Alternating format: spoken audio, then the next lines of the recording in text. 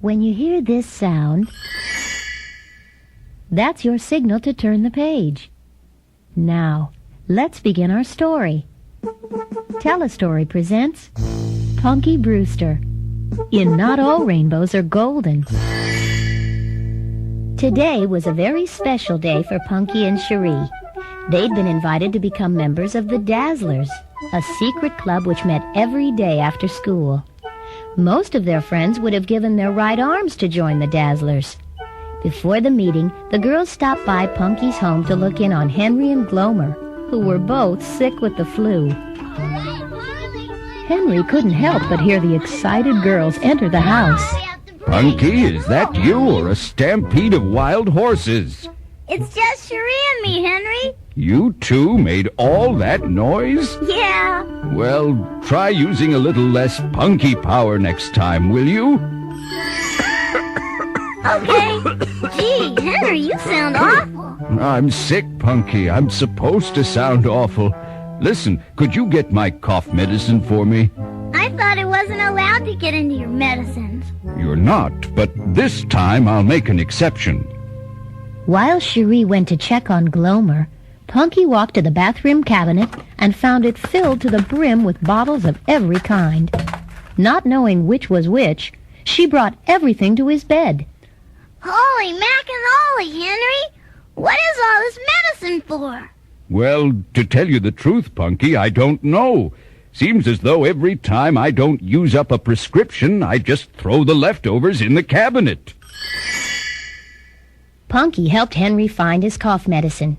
Then she told him about the Dazzlers. It's a super-rific club, Henry. Everyone who's anyone belongs. Sounds nice, Punky. After tucking Henry in, Punky hurried to her room. She opened her door and found Cherie and Brandon sitting with Glomer. The flu had taken its toll on him. Glomer, like all Glomleys, turned different colors when he got sick. At the moment, he was purple-pink. I think he's worse, Punky. He wasn't so purple this morning. Gee, Glomer, maybe you should have some of Henry's flu pills. Oh, thank you, no, Punky.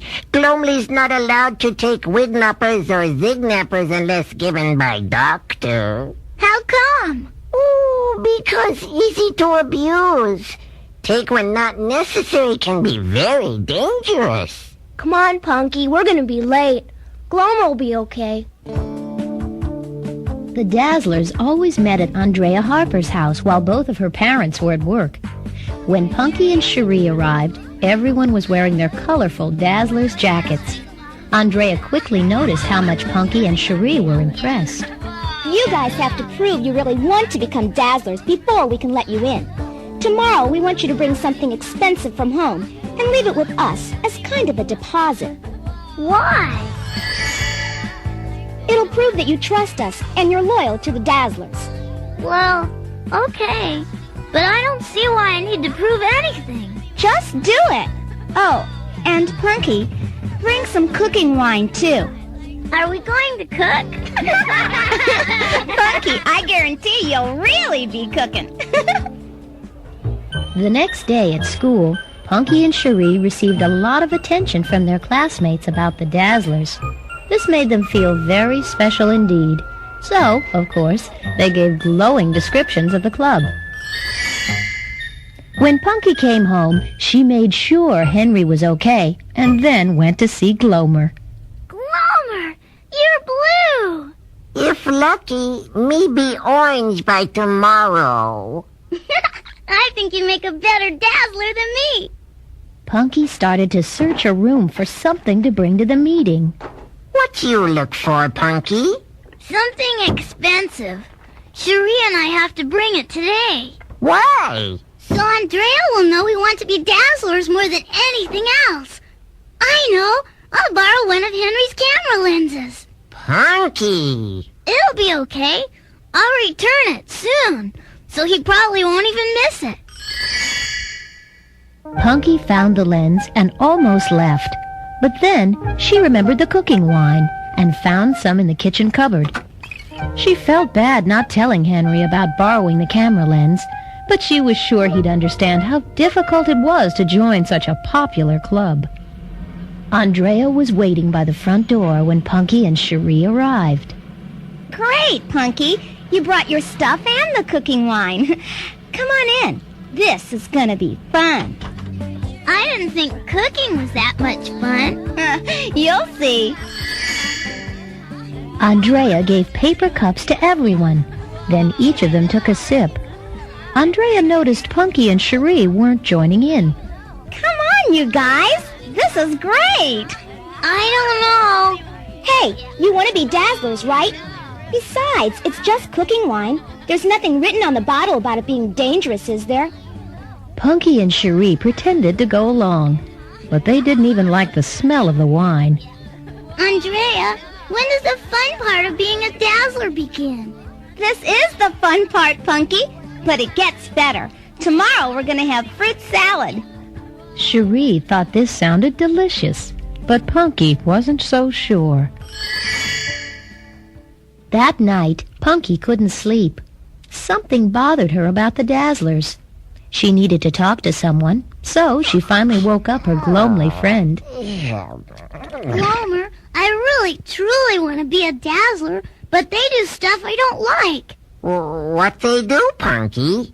Well, they drink cooking wine. It's really gross-a-roo. But they say I have to go along if I want to be in the club. I have a feeling they're into other yucky things, too. Then why you want to be Dazzler, Punky? 'Cause everyone wants to be a Dazzler. They have really neat jackets. I could be one of them if I went along with everything they did. Oh, Glomer, what should I do? When Glomer didn't answer, Punky discovered he had fallen asleep again. Troubled, she tried to sleep too, but tossed and turned the rest of the night. But Glomer wasn't really sleeping. He wanted to tell Punky what to do, but he was not allowed to interfere with humans' free choice. It was a Glomly law. Worse than that, Glomlys could not be in the company of beings who abused drugs and alcohol, and he knew that cooking wine was dangerous for children. If Punky joined the Dazzlers, he would have to leave her. At the next meeting, Punky and Cherie were told they'd been accepted as official Dazzlers. Andrea brought out 2 new Dazzlers jackets. Thanks, Andrea, but we can't pay for them. Punky, you did already. So did Cherie. How? With the stuff you took from your home. It paid for the jackets. Punky and Cherie's mouths suddenly dropped wide open. They had no idea they were trading Henry's camera lens for the jackets.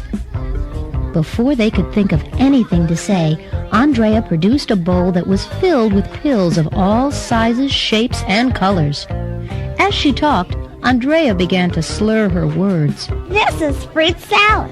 It's stuff we get from our folks' medicine cabinets. But it's not real drugs or anything. I took a bunch of them before you came. Now it's everyone else's turn. Before the Dazzlers could dip their hands into the bowl, Punky grabbed it, ran into the kitchen, and dumped the pills into the garbage disposal. The other Dazzlers started to chase after Punky, but suddenly Andrea slumped to the floor. The girls were shocked into silence at first, then quickly gathered around her. Punky knelt down beside Andrea's still form. Andrea? Andrea did not move. The other girls became very frightened and quickly left the house. Cherie, she's not breathing. We've got to do something fast. Luckily, Punky remembered what she had learned in her CPR classes and began trying to revive Andrea. Soon, Andrea started to breathe again on her own. Meanwhile, Cherie dialed 911 and excitedly told the person who answered what had happened. It wasn't long before the paramedics arrived and rushed Andrea to a nearby hospital. Henry and Andrea's parents were called to come to the hospital. When he arrived, Henry was relieved to see Punky in the waiting room, but she had tears in her eyes. Oh, Henry, it was awful. She almost died. Punky, what do you mean?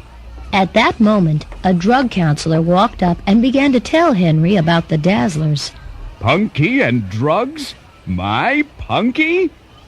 The counselor explained to Henry that most parents have a hard time accepting that their kids can be exposed to drugs, and that it takes very special kids like Punky and Cherie to just say no. Then the counselor recalled how the girls had saved Andrea's life. Henry beamed with pride. You two have made me the happiest man on earth. But Henry, I took your camera lens and the club sold it to get this stupid jacket. Taking the lens was wrong, Punky, but what you did today was worth 100 camera lenses. Soon after that, Andrea's grateful parents walked up to Punky and told her Andrea was going to be okay, but only because of Punky and Cherie's quick actions. That night, Henry threw out all the old pills from his medicine cabinet, and he wasn't the only one glad Punky said no to drugs. A very orange Glomer was happy he'd be able to stay with his best friend after all. Even though the Dazzlers turned out to be the wrong kind of club for kids to join, there are some good clubs, like the Just Say No Club. It's a way us kids can make a stand against drugs. If you would be interested in joining or starting a Just Say No Club in your area, write to Parents in Action, 1404 Franklin Street, Suite 610, Oakland, California, 94612.